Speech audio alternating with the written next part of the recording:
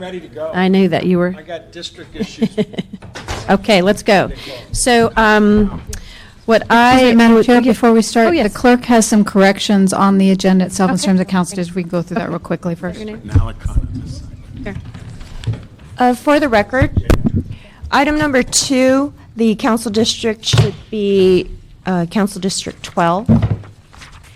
And item 2? Okay. Yes. Item number 4, the council district is Council District 12. Item number 7, the council districts affected are 7 and 12. And item number 13, the correct council district is Council District 12. Okay. What I'd like to do, Mr. Rosendahl, thank you, is item to go consent on item number 1. Oh, I'm sorry, Item- there's a card. Oh, okay. Then I guess we won't do consent on item number 1. Okay. We'll go on item 8, 9, and 13. So moved. Okay, thank you. And hopefully we get someone, we'll get a third What about member on all that. these other ones? We're going to go now. We're going to take, I think, the cards are, that we've received are like 2 through 7, so we'll probably take all those together. Item number 1. Item number 1 is the DOT report and Oh, resolution. excuse me, you know what? Before that, I apologize. I had a request from the captain from LAPD if we could take item 11 first. So we'll go to item 11. Item number 11 is a Reyes School motion relative to funding for enhanced traffic mitigation measures to improve traffic circulation for the Chavez Ravine area during Dodger games. Thank you. And I know you have some big issues up in Northeast, so we wanted to be able to let you get back. Well, thank you. I'm Captain Bill Murphy, Commanding Officer at Northeast Area. And actually, my role on this motion, I think most of it involves reallocation of funds, I think, for Department of Transportation. But at the end, it had a request for the LEP to actually give additional resources to Dodger Stadium because when they come out at the end of their games, they were leaving like trash and drinking and different quality of life type issues there. I contacted the councilman's staff. I also contacted Dodger Stadium, whom we have a great relationship with, and we feel pretty confident that we're able to work out the deployment issues over that Dodger Stadium and that it wouldn't require any additional ones that we have right now. And just to recap what we do so you're aware of it, every single Dodger game we have our vice unit work, either R1 or one of the others from Operations Central Bureau. A majority of the games we have our bicycle unit work that. And we also have every single game our explorers work it, and depends on what type of game. Certainly some games have bigger attendance, Right. Giants games or rival games, so we get about 15 explorers for that type of game, but a normal one would be about 8 or so explorers.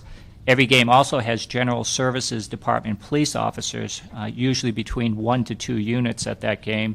And as needed, I also send my senior lead officers and other officers over there to pay attention to quality of life issues. Once this came up on the radar, we've been working that extensively, and we think we've worked it out. So for the perspective of the police department, I think we're doing pretty good on that motion. And so would part of this 1.3, will you LAPD get, or you're covered on your existing? No, It's not a I technical- really don't have anything to do with Okay. the 1.3. That would be Department of Transportation. Okay. I'd not only be speculating as to that one. The very last paragraph, if Yes. you read that was the one where, it is requested that the police Uniform department. present, the Solano Gate. Exactly. That's Yeah. what I'm talking to. But we believe we've worked it out amongst the Councilmember Reyes's staff in his office and Dodger Stadium that we can. I'll put additional units there, but I cannot commit to pulling 2 basic cars out Right. on every Dodger To just game. move around kind of what you have there, the police presence. Okay, Exactly. which is existing. Yeah, Okay. exactly. Is there Amir, do you want to add anything, or are you okay with this? I don't know if there's anyone here from Reyes's office.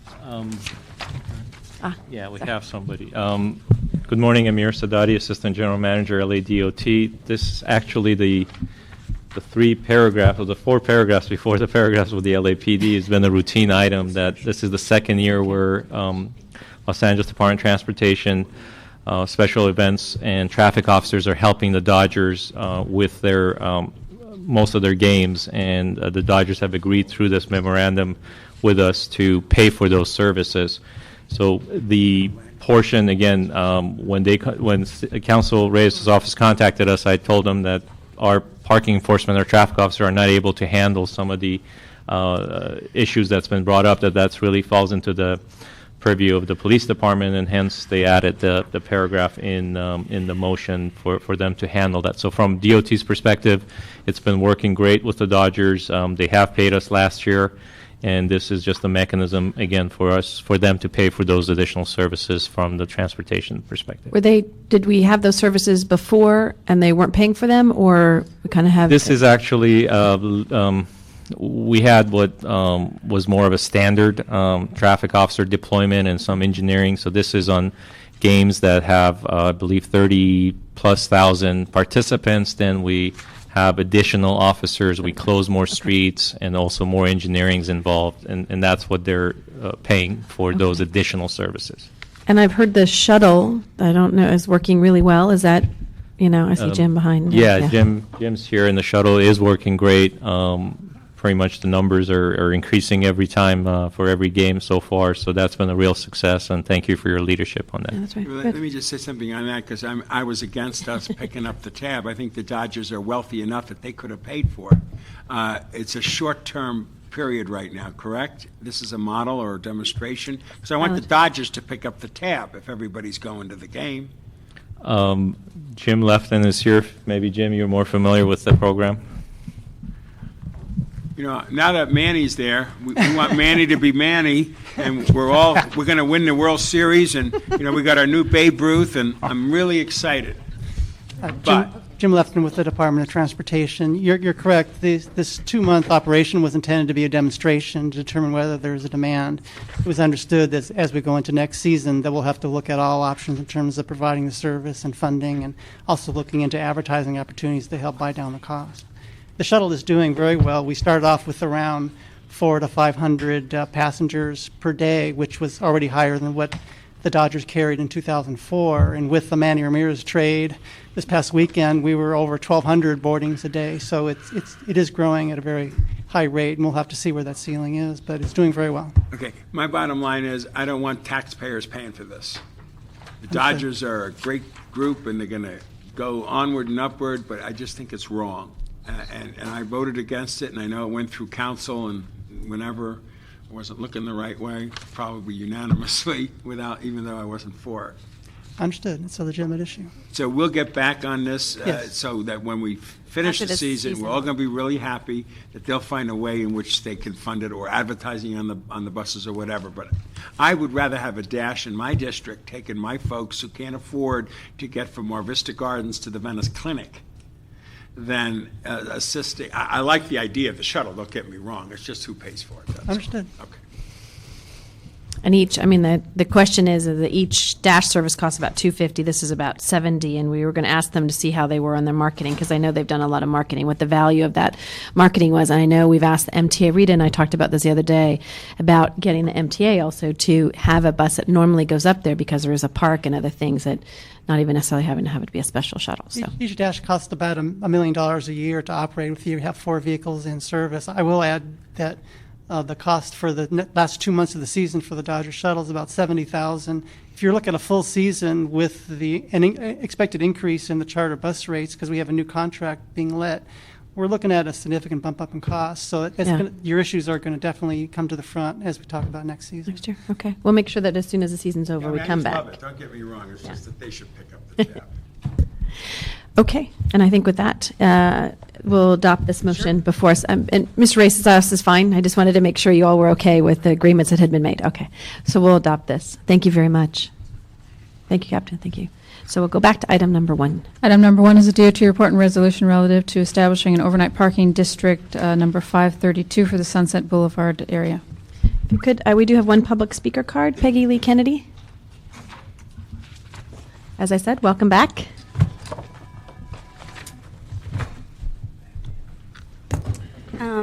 Thank you for hearing me. The overnight parking district law, the LAMC, was created based on a California vehicle code. Very specifically, this California vehicle code requires a government-regulated type of public notice. That public notice has to be made in a newspaper. and this is not being done for any of the overnight parking districts that I know of. I've not seen it done yet. I've read probably most of them and all the backup documentation that goes with them. So the law is not being followed as created. If it's based on a law that requires a very specific public notice, then that notice should be done, and it's not being done.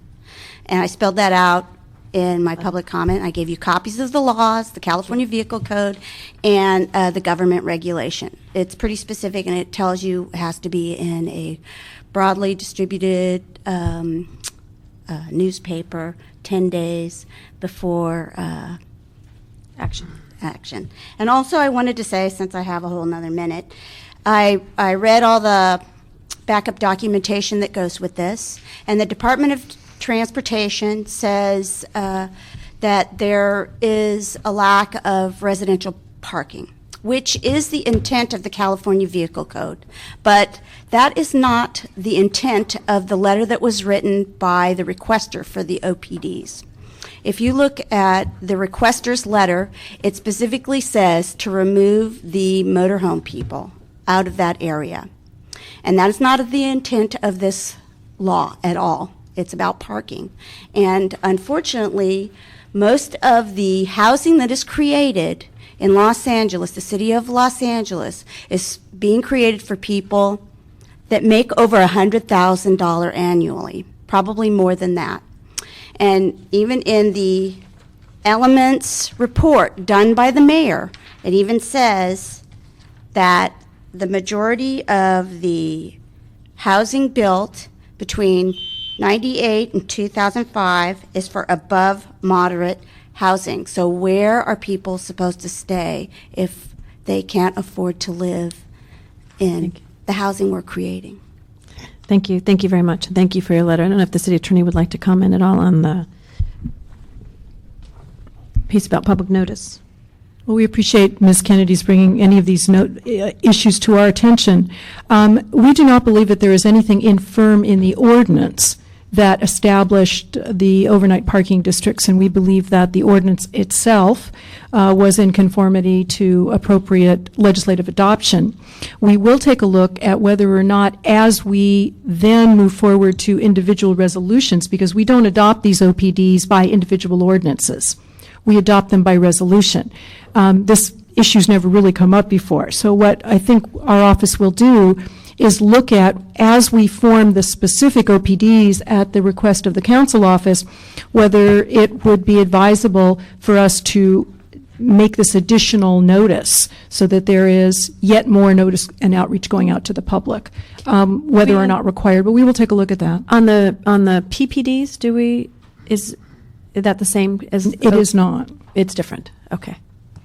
The I should say that both with the formation of preferential parking districts and overnight parking districts, there is a vast public notice and outreach process that takes place, partly because of CEQA compliance and because of all the neighborhood outreach in order to determine whether or not communities do wish these districts formed and under what terms and conditions. However, whether or not it would be advisable to additionally publish notice in a newspaper other than the ordinance itself, we will take a look at that issue. And we'll advise the department as to whether or not any change in the protocols we normally use would be appropriate. Okay. And maybe you can let us know that before we go to council on this item. We'll talk about If I that. could just follow up on that. An OPD has conditions and rules. Are they different depending upon the council members' wishes, rules, laws? How do we determine what the criteria is for overnight parking district? Well, the department could tell you the specific criteria they use when they determine and make recommendations to you that an overnight parking district is appropriate. But my terms and conditions that I was referring to were which streets, which hours within the 2 to 6 or the entire 2 to 6, et cetera. So I was referring to the specific geography and time limits that are otherwise authorized by the vehicle code and by our ordinance. And in the vehicle code and our ordinance, Do we clearly point out how many signatures you need to get it, or is that discretionary stuff? And do people understand that what an OPD is, what the rules and regulations, is that all published information? Yes. The ordinance adopted the regulatory framework, and the department adopts and uses procedures. And Mr. Willis would be able to give you details should you choose to have them. Would you like to give us a little details on this? I just really want to educate myself and those listening to this on council phone. Good afternoon, Alan Willis from the Department of Transportation. Currently, the only requirements that we have for the to qualify basically for an overnight parking district is we need a documented evidence of a public nuisance crime-related problem, and that has to be submitted in writing by the area captain at a minimum for that area, indicating that there are crimes that are occurring. There are public nuisance type crimes, and these could be illicit activities, drinking associated with people in these parked vehicles, and quite frankly, it is a crime and has been for 20 years now to live in a vehicle on a city street. That is a crime in the city of Los Angeles, and so those are crimes that they indicate that they have not been able to solve them through normal enforcement efforts. Then basically they're seeking a parking restriction to address the problems associated with those parked vehicles. You about the law. Was that a 1983 law? I'm pretty sure it was about 1983. Yes. And do you have any case knowledge of? The truth is these people are living in these cars and campers. They are. Yes. They are. And of course, when a cop knocks on the door, they're obviously not sleeping in it because they woke up to answer the door. They usually don't answer the door, and therefore there's no way that the police can build a case. Yeah. But I mean, what about the truth in the story that these are people living in their vehicles, be they gypsies in Europe or Americans living in I mean, how did we get to that point of saying it's against the law when in fact that's what people do? They live in it. That was before I started working for the city. I don't know. You might want to ask John Fisher. He's been here at least 10 years longer. No, John. Is he here? No, he's in a fit over the MTA business. Okay, all right. So we'll just hold that one on the table for a moment, that thought. But the second thought is, how does it work, overnight parking district? In other words, I'm Joe Schmo, and I live in my house, and I say yes for an OPD, okay? So when I say yes, what am I assuming is going to happen to me? Does that mean I have to have a sticker on my car? My friends will come to visit? What's the mechanics of an overnight parking? The mechanics right now, if we get the letter from the police department and we get what we consider a documented support for the establishment of the district, that is a letter from the council member saying that I believe this is an appropriate solution to this problem that the police have identified. Those two pieces of information allow us to proceed with basically looking into establishing a district. We do now go out and we will drive through the area between 2 and 6, the proposed hours of parking restriction. We do a survey of the vehicles that might be affected by this restriction, and we use that to determine what's an appropriate level of environmental clearance on the project. We then prepare those necessary documents, and we then move forward on the basis of that to prepare a report and a resolution for council action. Now, the resolution typically identifies, per the ordinance, the boundaries of the proposed district, the exact parking restriction that's going to be in effect, because it doesn't have to be 2 to 6, it could be 1 to 5, as long as it's in that period. All right, and then it also establishes the number of permits of each type that are allowed for the residents to purchase, and it sets the price of those permits. All of that information is contained in the resolution establishing the district. Now, the procedure that we have worked out with most of the council offices is that once this resolution goes to council, if adopted, it just basically defines the area in which signs can be installed. And each council member then can determine the criteria for actually posting those signs on a block-by-block basis.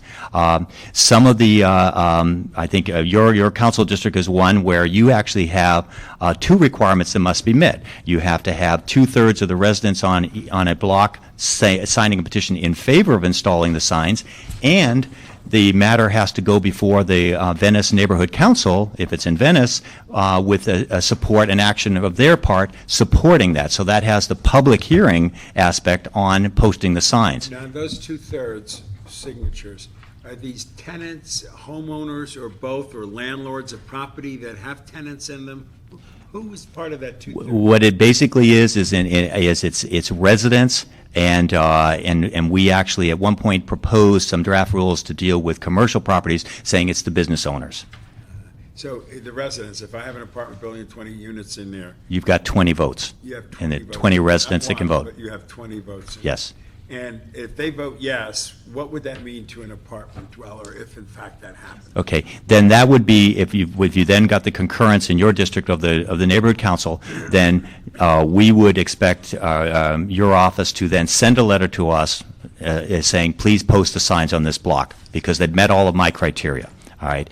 We would post the signs. The residents would be notified at least 2 weeks in advance that you need to go and purchase permits. This is how many you can buy. This is what they cost. This is where you can go to get How them. many they can get and buy and this and that? Because that's all specified in the resolution adopted by council establishing this district. It may say that you get 3 resident permits per year. You get, a maximum of 2 visitor permits, good for 4 months at a time. You get 10 one-day guest permits per year. Whatever you set as the maximums, those are specified in the resolution for this district. That resolution happens after you create the district? And No, that's the resolution that by law establishes the district, the authority to post the signs. So it's already clear in that. Yes. And then when that is done, part of the petition signing, say there's a petition signing, clearly says to the resident, if you sign yes on this, it will mean you will get this, that, and the other. At these costs. You can get this many permits, and it's already been preset that this is how many permits you can get, this is what they're going to cost you. Thank you. Okay, so we will move this forward, approval, and the city attorney will advise us prior to the city council if there are any issues relative to noticing that are different than what we anticipate or expect. Okay, Thank you. Thanks, Alan. I'd like to, Mr. Rosendahl, take items 2 through 7 together. We do have, and these are all in CD 12, I think with the corrections made by the city clerk, to invite Eric Knutson and Stephen Box. If I can just read quickly, Yeah. item 2 through 7 are communication with the Board of Transportation Commissioners related to speed limit revisions. Item 2 is for Corbin Avenue between Mason Avenue and Roscoe Boulevard. Item 3 is Zelza Avenue between Rinaldi Street and Nordhoff Street. Item 4 is Haskell Avenue between Rinaldi and Chase Streets. Item 5 is Canoga Avenue between Murillo Street and Roscoe Boulevard. Item 6 is Reseda Boulevard between Cessnon Boulevard and Devonshire Street. And item 7 is Lassen Street between Sepulveda Boulevard and Valley Circle Boulevard. Eric, you want to start? Or you? Stephen, you want to go first? All right. Good afternoon. My name is Eric Knutson, and I'm a resident of CD 13. It's been said that when you design for traffic, you get traffic. When you design for people, you get people. So we have before us a raft of attempts to raise the speed limit. This is a civil rights issue. City of Los Angeles has 11% of its residents that do not have access to a vehicle. And when you design streets that are fast-moving, you're designing for automobiles, and you're designing streets that are dangerous for pedestrians, for children, for elderly people, for people utilizing public transportation. So I would ask that you would start considering designing a city for people, designing a city that's safe for its residents to walk and to ride their bikes. Because what we have right now is, unfortunately, a Sorry, city... but we did not do the timer, so. I'll Okay, conclude that's in okay. just No, a no, no, moment. You Yeah. get you won the lottery today. You get All right. more time. We're not going to stop. Okay. So you get 2 I'll minutes. make my comments brief. We have a city, unfortunately, I think of traffic sewers. And what I'd like to see is a city of destinations. It's interesting on all of these points here. It says fiscal impact statement submitted, no. Community impact statement, none submitted. We need community impact statements when you raise the speed limit, because what we end up is blight. We end up with places that businesses don't thrive on fast-moving streets. We need to consider these things. And I would ask you today to reject all of these and to really reconsider the methodology by the ways in which we evaluate our streets. Thank you. Thank you. Stephen Box, Bike Riders Collective. Good to see you both. Good to see you. Yes, last year 200 children were injured on the way to school or coming home from school. It's not safe to walk to school. It's not safe to ride your bike to school. It's not even safe to go in a car. I have many objections to these particular items, so I'll pick a couple. 3 years ago, I served on the neighborhood council group that negotiated an MOU with the Department of Transportation. It ended up being a very watered-down document that essentially we agreed to communicate. DOT would educate us, and it would facilitate the opportunity for us to advise the city on the delivery of services in accordance with the city charter.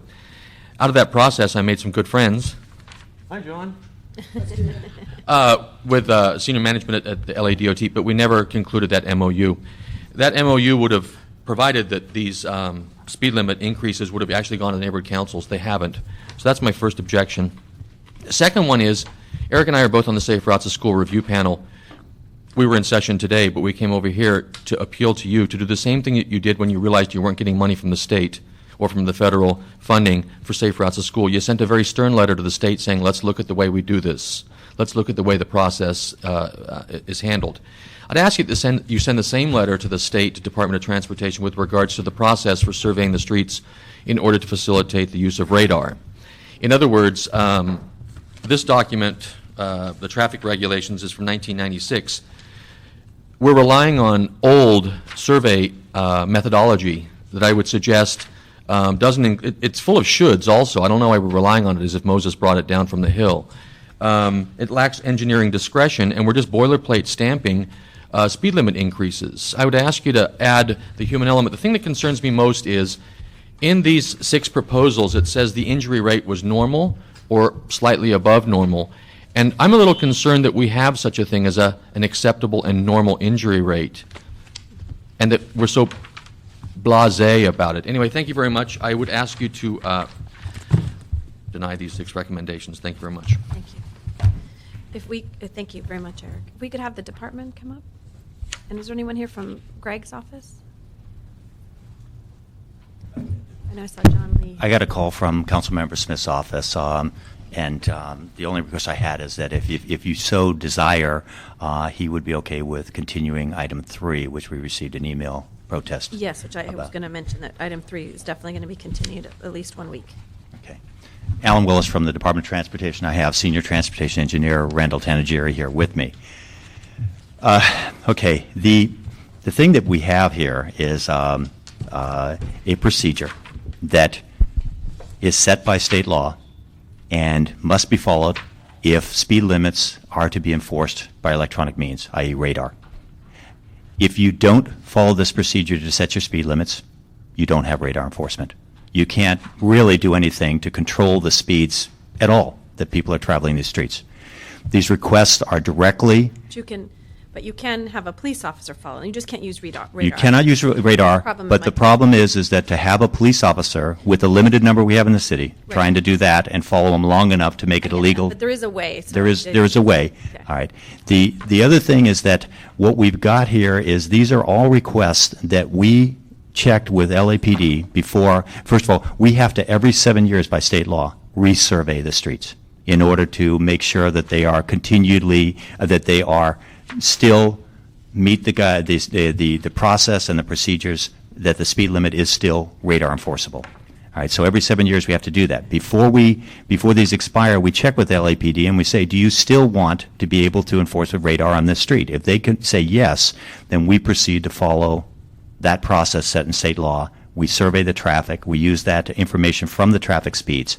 And the presumption here, the underlying presumption proven time and time again in research is that the vast majority of people perceive the conditions in the area through which they're passing, and they travel at a reasonable speed for those conditions. Okay, but what if, and I had this problem, Mr. Rosendahl, in my district, we were having street racing, and they were going through, and we wanted to put speed humps, and we wanted to reduce the, speed limit, and we talked about the radar. And the issue I had was, well, what if all of a sudden it's 60 miles an hour down Reseda Boulevard, and 75 or 80, I don't know the threshold you have, that percentage of the people are driving 60 miles an hour, but it's really not safe, but everybody's doing it. That doesn't make it right.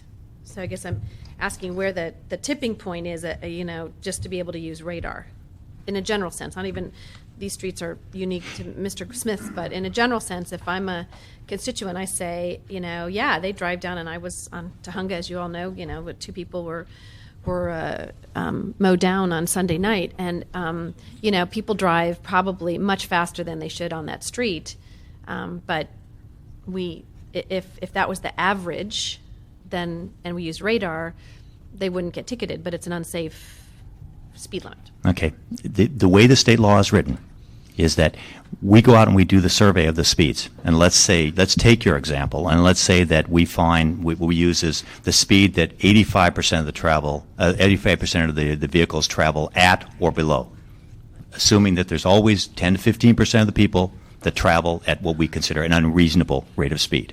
Right? If that 85th percentile speed, in your case, or the speed limit, those 15. No, let's talk about the speed. We're observing speeds. This is one where actually, it's like I said, it's probably, like it or not, the most democratic process out there. You vote with your gas pedal, and you decide how fast you think is safe. All right. If the 85th percentile speed turns out to be 60 miles an hour on a street, all right, we look at that. State law says, let's say it turns out to be 58 miles an hour. Okay. The state law says that, first of all, you shall round it off to the nearest 5 mile an hour increment, which means that we would have to round it up to 60 miles an hour. And then it says if there are factors out there, including an excessive accident rate or other factors not readily apparent to the motorist, we have the authority to use our engineering judgment, but only to lower it 5 miles an hour below that. Never any more. So the best we could do under that example that I'm hypothesizing is we could set that speed limit at 55 miles an hour. If you want to use radar. If we want to use radar. Now, all I'm saying is that there has to be a balance there as to, we all know streets and we know freeways. People are going 90 miles an hour, and some, Saturday night or Friday, people are, I'm driving 60 miles an hour, 65 miles an hour, and everyone's whizzing past me. And they're going much faster. That doesn't make what they're doing right and safer. So all I'm saying is at some point the city has to say, you know what, it's not worth going to the radar because we think the speed limit actually needs to be less than this. Okay. 2 problems with that. One is that time and time again, research studies have shown that if you set the speed limits artificially low to try to control people's behavior, you make a vast majority of people violators, and you don't have the ability to catch them all. So you have people that basically will not obey that speed limit that you posted because they know from driving it and driving those conditions that this is artificially low. So you have that problem.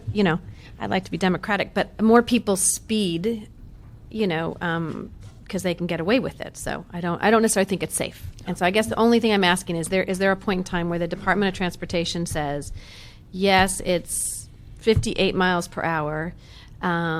It's and let's again, a school. There's rules that it has to be less than that around a school, right? Around a school, you're allowed to set it lower. Yes, if it's a school. But other places that may be in this jurisdiction that we think it really shouldn't be 60 miles an hour. In my perspective, I don't know if any street in the San Fernando Valley, where I represent, that I would recommend people drive 60 miles an hour. And I don't think we have actually any posted that are 60 miles an hour. Right. But if you use your logic, that it says, if people were driving 50, and some of these streets are pretty busy, and people speed past them, I just want to make sure that there's a point in time that the Department of Transportation with LAPD says, even though a large percentage, that we're not going to raise it. We need to do other things in which to address people's and the safety of our residents, because just because people disobey the law doesn't make it right. So is there any time in which the department, and this is hypothetical, not related to these, because it looks like, you've talked to LAPD and Greg Smith's office and yours, but generally, is there an instance where you say it would be unconscionable of us to raise it to this point, and that you would then say no, even if we can get radar? Yes and no. Okay, let me explain that. We actually had a situation, but it was not on a major street like the ones before you today, where we had a local collector street, residential street in the valley, in Encino, if I remember correctly. And what we did was we looked at the speeds there and we said, okay, based upon our engineering judgment, the speed limit that we would have to set per state law standards, for radar enforcement Right. was too high for the conditions out there. And we just had no authority to go any lower than that. But what we looked at and we said, this is a residential street that we can apply, because it's a local or a collector street, we can apply some of our traffic calming measures to lower the speeds. Because what we saw was we had a long stretch of uninterrupted, passage where they did long, almost a half a mile where people could go without ever hitting a stop sign, with a lot of T intersections. And so we put in some always stop sign patterns out there, create a pattern that broke up the traffic flow, reduced the speeds to what we thought was more appropriate to the neighborhood. And then basically, once that had been in there for a while, then we went back and we looked at it and we said, okay, now we're going to resurvey it and see what it is. And that actually got the speeds down to where we thought they should be. That's something we can do on a neighborhood street, but we can't do on a major street. I just want to make sure that we are not, adjusting to just to have radar to the, the group of people who are disobeying the law and driving, I think irrationally in that way. So I just want to make sure that there are checks, that we just don't suddenly have all of our streets upgraded to that point. Yeah, and what we do, we really do take a hard look at each one of these, because we agonize about the speed limits increasing. I've been committee now, and you've served on this committee 3 years, and this is the first time I've seen one of these. Well, let me explain something. About 4 years ago, state law was changed for the procedure, and that's why you're going to see more of this. So, like it or not, this is something that we all had to adjust to. The procedures in state law used to be that you take that 85th percentile speed and you round down to the nearest 5 mile an hour increment. So on my 58 mile an hour example, not to use that absurd one, but just say with that would mean we'd start at 55. If there were other factors that created safety concerns, we could go down to 50. Now, in 2004, they changed the state law and they said the procedure now is you round off to the nearest 5 mile an hour increment. So 58 means you have to go up to 60. And the best you can do is bring it down to 55. So under the same circumstances, the same critical speeds that we had 10 years ago with the last study, where we could have set the speed limit maybe at 50 miles an hour, the new procedure now says we have to set it at 55 for radar But enforcement. coming to the council, and that's why you're seeing a lot of the ones that are coming to the council. They are part of that 7-year renewal 7 year, process, okay, that's and okay. they're seeing the effect of this change in state procedure. So what's your Do you have feeling some about the bicyclists and their safety issues? Jack up the speed limit like this. We look at levels of bicycling, pedestrian activity. That's one of the factors that we are allowed to consider in that in recommending that 5 mile an hour reduction. But once again, all we can do is that 5 mile an hour reduction under the same conditions that we had 10 years ago with the last survey. We might still be forced under the new procedures to go up 5 miles an hour, all things being the same. And so the idea is that, if we don't see what we consider an excessive safety problem, and even if we see heavy bicycling and pedestrian activity, we still, based on the case law, over the lawsuits that have been filed over accidents and speeding, we have to make a direct connection between that heavy level of pedestrian or bicycling activity and the safety or the nature of the motorist not perceiving that as a threat or a danger. But saying that, say for instance I'm a bicyclist, and you up the speed limit in a given area, do you give me a better safety bicycle lane that gives me more strength to move around in, or am I jeopardized? Well, no, we don't give you a wider bike lane, and I don't believe that you're any more jeopardized, because remember, that speed limit and the speeds that people are traveling out there, they're traveling that today when you're in that bike lane. All right? We're basing it on the speeds that they're traveling today. At least we now have the LAPD will have a better tool to make sure that they can deal with those 15% of the people that are going faster than that speed limit. as counterintuitive as it is, and the chairwoman has often expressed her frustration about this. Thank you. You've heard. The fact is, these laws are designed to prohibit speed traps. Right. No, I That understand. is what they're about. They're to prohibit speed traps, and they have gotten increasingly cranky about preventing speed cramps, which is the additional procedures that Mr. Willis is referring to. So, in order to prevent localities from simply lining their coffers with citation money from folks who unwittingly are speeding, each city has to, every 7 years, survey the streets if they're going to use radar as the enforcement tool. Thank you. And I know, I wish they had a better way in which they did that, because it's We sometimes agree. the response. We do have one other public speaker card. Joseph? Wait, where's the missing? Okay, there. The missing child. I saw you come in with a kid, so. Sorry. That's okay. Nice to see you again. Good to see you again, too. I guess you're not going to be rid of us. I That's want okay. to apologize No. about that. That's bicycle okay. nuts. We invite you every meeting. All right.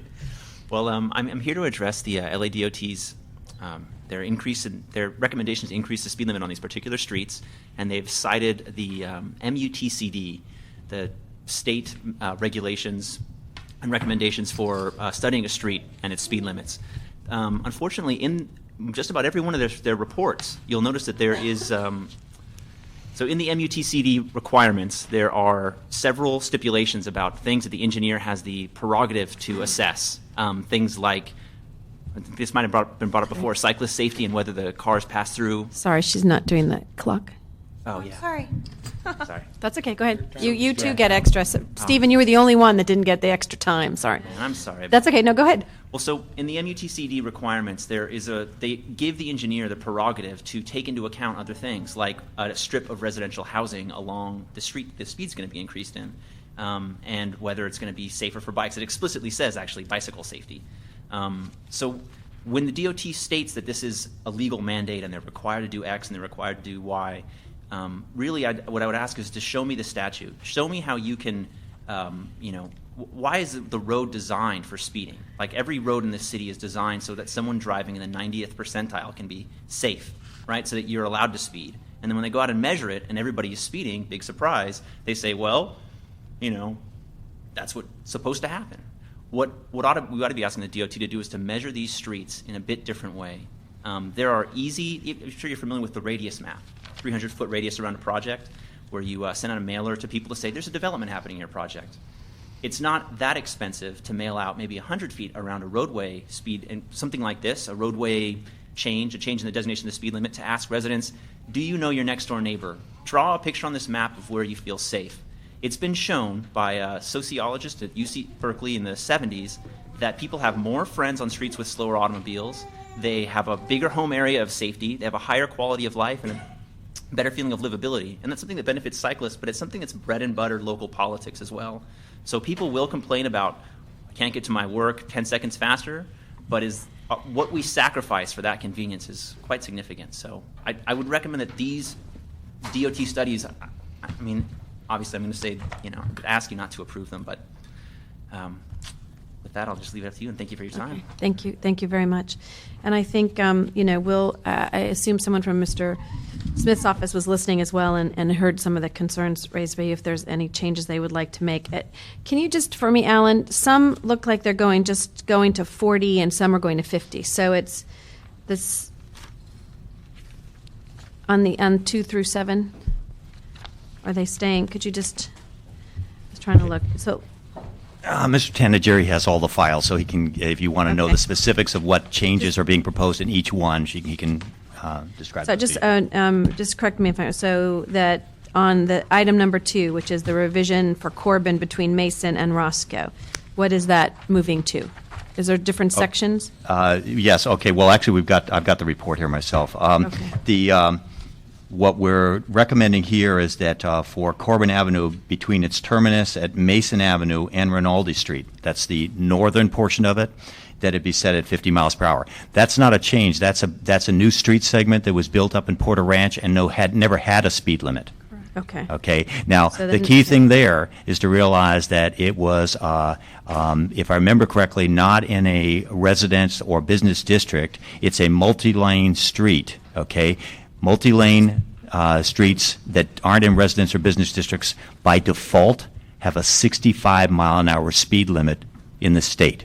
Okay, that's the key thing to realize. And the only way we could set something other than that is to a speed limit other than that is to follow those procedures in state law. So we, in effect, And this lowered this actually worked from for us. 65 to 50. Okay. Yes, I want to get credit for that. All right. All right. So the next one is Yes, then, okay. Rinaldi Street to the former dead dead end north is 45. going to 45. Okay, so I see those. Okay, so then on the number 3, they're going from 30 to 35 on Rinaldi at San Fernando Mission, and from 35 to 40 between Yes. Chatsworth and Nordoff. Right. Okay. And on 4, sorry. My recollection in drafting the ordinances, 40. in getting the information from Mr. Tanagiri and the staff, was that while we did establish some new where they hadn't been before, most of these involve 5-mile-an-hour increments. Okay. That's what I was trying to actually I can't get at, remember is the one how. that The did 51 any more. The 51 jumped out at me, the And- 35 to 40. But it went from 45 to 50. And the key thing to realize, too, is that all you are seeing is those changes that require amendments to the speed limits that are specified in the municipal code. In several of these, we do that. We may look at like a 6, 7, or 8 mile long stretch of street. And we break it up into homogeneous portions based on land use, lane width, things like that. If we recommend, based on the state standards, that the existing speed limit in a certain section be retained, you never see it. We have the authority to disapprove it. The signs are legally enforceable with radar, and you never see an ordinance because it hasn't changed. So all you're seeing is those segments that have to be changed per the procedures in state law. Okay. Do you have any other questions? All right, so we'll approve 2 through 7. Thank you. Item number 10.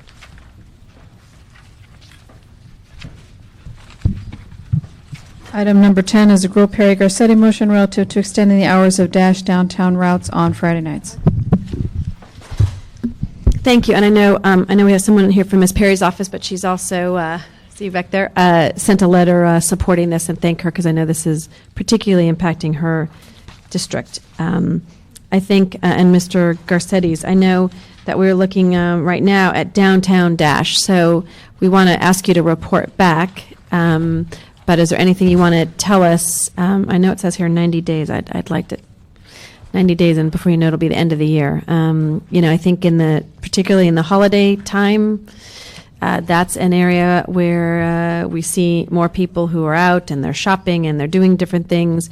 I would love to see it if there's a possibility of ways in which we can even look at this year. I know that's ambitious, but. All I can say, I know that Phil Aker and his staff have been meeting with representatives from downtown stakeholders, LA Live, LA Inc. included, and the idea is to try to build a coalition of business stakeholders that would be interested in maybe pooling resources to run a new or expanded route in the downtown area. Those discussions are ongoing, and we'd be happy to report back with the status of those discussions. We have previous examples that we've discussed in committee where Right. we've had private money that's come in to help fund, expanded Dash service, and we're looking to take that model and apply it in this situation. In this as well. situation, because I'm assuming at Ms. Perry's office, you would agree trying to do it as quickly as possible, potentially for the holiday season. So if we could have a report back in 30 days as to where we are and where, I'd rather know, here are our challenges and help you work those out rather than wait 90 days for that. So we don't expect everything to be done in 30 days, but we do expect kind of let us know how we can get to the goal of starting as quickly as possible. Okay. I know my questions are real quick for that same report. How many Dash routes cover downtown LA now? We have 6 weekday routes, and we're adding a demonstration route, 7th route. And how much do you expect ridership to increase once we extend the hours past 6 p.m.? Well, it's difficult to say. I know we did a study. Phil was a big part of putting a report together that came to this committee several months ago on the Downtown Dash study effort, which actually generated a demonstration route in Central City East. We did look at the idea of running Dash later in the evening. I think the general conclusions from the report were that while that time is coming, that we didn't see that there was enough of a demand to run later service throughout the evening unless there was private funding available to pay for it. Sure, so in that context, you have private funding you think might come available? That's being discussed, yes. That's been discussed with the bids, basically? Yes. It has to. Yeah, right. That's what the motion calls for. What time frame are you thinking? At 6 o'clock now, midnight, 1 o'clock, 2 o'clock, bars closed, that kind of thing, or restaurants? Well, a lot of it would What's your depend upon thoughts? what they're willing to fund, but I don't know, Phil, have you talked, any discussions about particular time frames? We've had one discussion with LA Live that was brokered by the Convention and Visitors Bureau, LA Inc. And I think they recognized very perceptively that there were a number of stakeholders in downtown. There's restaurants, there's hotels, there's sports venues, there are cultural venues, and really it's going to take everybody pulling their weight, Right. rather than we could certainly have a single entity brand a vehicle, buy a private vehicle, and run it around the way we have the Thomas Partnership or the McGuire shuttles or Right. 865 South Fig or whatever. Those are essentially billboards, and they are at the beck and call of an individual landowner. We were hoping for something different than that, but we really need to get all of the players to contribute something. Yeah. Not only contribute, obviously, the resources, but they help figure the time frame too. I mean, they should help us Well, of course. understand what's Sure. valuable to them And and so on. And what we've said is, the city has the vehicles. The vehicles are not used in the evening, but we don't have the money to run them. Right. So we'll make the vehicles available, we'll make our contracting expertise available, and we're really looking for money to run them. That's great. So we can look for the report back. Yep, we do. 30 days, sorry. Okay? Thanks a lot. We'll be gone for 2 weeks, you know, we won't be bothering you guys for 2 weeks. Without that bother, we can get it done in no time. That's right. That's right. You're supposed to say, we'll miss you, council members. That goes without saying. Yeah. Okay. Next item, yes. Can we just clarify, item 3 was continued? I Yes. just want, okay, thank you. Okay, that brings us to item 12, which is a DOT report and resolution in response to a Group Labange motion relative to the Congestion Management Program 2008 Local Development Report. Madam Chair, just to make sure, item 3 is continued to next Wednesday's meeting? Yes, I think that's what the request had been, So that would be August 13th. our regular scheduled meeting. Good afternoon, council members. I'm Miles Mitchell with the Department of Transportation. And we bring this report to you every year. It's the local development report, and it's required in order to comply with the congestion management program. We asked the planning department to tabulate the development activity that has occurred within a 12-month period. In this case, June 1st, 2007 to May 31st, 2008. And then we send that information to the MTA. We ask the City Council to adopt the resolution that is attached to the report here, which the resolution is actually prepared by the MTA. It doesn't change much every year. We change the dates. And simply confirming that the City of Los Angeles is complying with the terms of with the congestion management program. And so this is our annual presentation. Now, one thing I will say this year is we're on time. We're on time. With aren't thanks we? to a council motion that was adopted, we did get the cooperation of the planning department. Well, we always get their cooperation, but and then I would just want to say they're extremely busy, so I understand the difficulties they have, but they were able to get us the information a little bit sooner, so we will make the September 1st deadline. And so we still have the credits as mentioned in here, and I know that there's been some discussion of a countywide, they're doing this They are, countywide the nexus next- study and yeah. all of that. And I know that the City of LA, we had introduced a motion for the department to look at with planning department as well, how we base our trip credits and so forth that kind of impact how we have traffic in each of these areas and have a more locally based review, or at least look at our options there. So. Right. I'm not the most knowledgeable on the Nexus study. Okay. Jay Kim is following that Okay. very closely. All right. But yes, that is So ongoing. this is really just providing them really with factual information, not anything more than that, factual as to our development, not That's exactly right, public yes. policy decisions. Okay. Do you have anything breaking down by council districts? Like I could see what the 11th district is. Actually, Mr. Victor Vallejo is here from the planning department, and he might have that information. He's the gentleman that was good enough to compile the information for us. Is it And, both residential and commercial? It is. It's commercial by square footage and residential by number of units. And this is the expert here. Well, Victor? Councilman. Hello. Good afternoon. Victor Vallejo with the City Planning Department, and I did prepare the land development report. It is not specifically, the report is not specifically broken down by council districts. However, this is based on the PCIS information from the Department of Building and Safety. And of course, in their record, which is issued once a month, and they have many fields within that record, I believe, if I'm not mistaken, it does mention council district. However, for the purposes of this report, there is not a need to report specifically within each council district how the breakdown comes about. Right. And what value does this report have to do with MTA to begin with? And what do they do with this stuff? To my knowledge, it's reported to Sacramento along with all the other jurisdictions within the county, and monies are allocated for public improvements and other congestion management program related.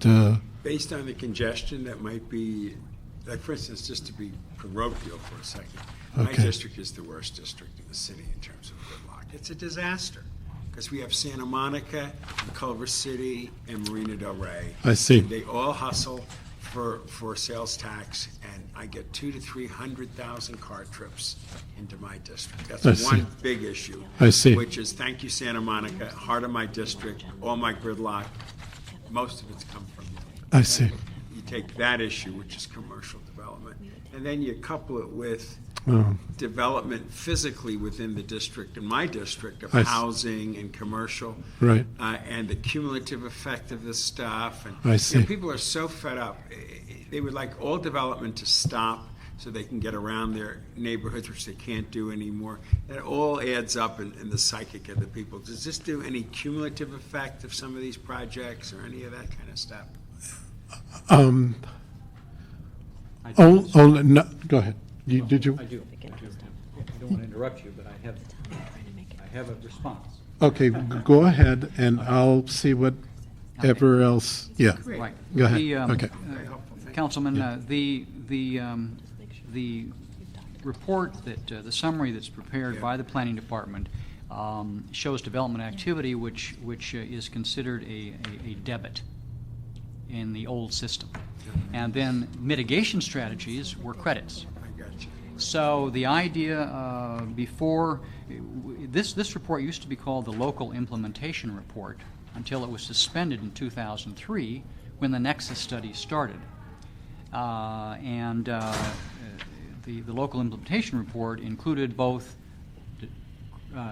debits and credits, that is, development activity and mitigation efforts. So that's, to my understanding, that's what the summary of development activity is all about.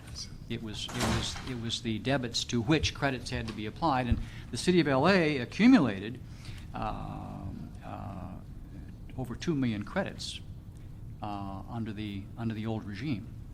And but right now, again, it's been suspended for 5 years, and we're just keeping track of the debits or the development activity, and I'm not sure what MTA is doing with it at the moment. I was just curious. Do you Right. want to add to that? Yeah, What credits no. are we really getting out of this? What are they doing to deal with my traffic? All right, I understand perfectly. One day, in the Friday afternoon, I think it was, I left the area of Santa Monica and Bundy, went east to City Hall, Yeah. It took 2 hours, practically 2 hours. I mean, my And- folks have had it, and they wonder, what mitigation has taken place with all this development? We only see more paralysis on our roads. Right, I know, it's frightening. I know what you're saying, Councilman, I really do. I've experienced it firsthand, so I know what you're saying. Try it every day. Yes. That's what we have to do. It is. I dread to think what's going to happen within the next 5 to 10 years. But I can see on the report here, and it's been said, the city received approximately $25 million in Section 2105 funds in fiscal year 2006-7. How that money was distributed, what districts, what kind of programs, I don't know. It's not in the report. I have to admit, I have not followed through to find out where this snake in the process goes, where this report goes, where the monies will be allocated, what programs actually take place. I just know it's a state requirement. I do the math that's required to do this so that the money eventually gets, so that the city eventually gets the money they're entitled to, based on this report. I'm afraid that's all I can say. Well, if we could have a report back, I'm going to ask them for it this summer, but in the fall sometime, that tracks down how much money, if we got 25 million, how the formula was made to break it down. Where it went. Yeah. And more importantly, what is the state doing with this data that we're sending back? They're spending your time and your time. I see.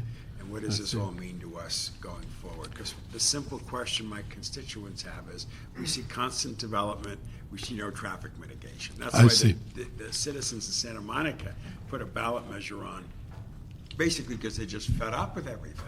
And I'm fed up too, because I don't have any easy answers. Yeah. And I'm just Yeah. curious if there's anything within the state that we can get some answers. Right. No, I see what you're saying, Councilman. I don't know, Miles. Between Somewhere in Yeah. October or November. October, November, So yeah. we have enough We'll- energy to do it without. Because Yeah. All right. Pull that together. You mind if I Okay. do that? Okay, great, thanks. All right. Certainly. Great. All right. Seem fine with that. Thank you. Yeah. Okay. Let's do it before Thanksgiving. Yeah. Okay, but that would be separate from this Yes. report. Yeah. Okay, Yeah. all right. So we'll approve the item and then have a report back in 90 days? Yes.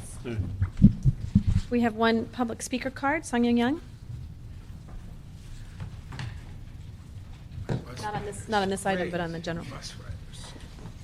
How are you? Nice to see you. Bus only. Nice to see you guys again. We haven't been here for a while. Good afternoon. My name is Sun Young Yang, and I am here today just to get some updates around the progress of the Wilshire Bus Only Lane project.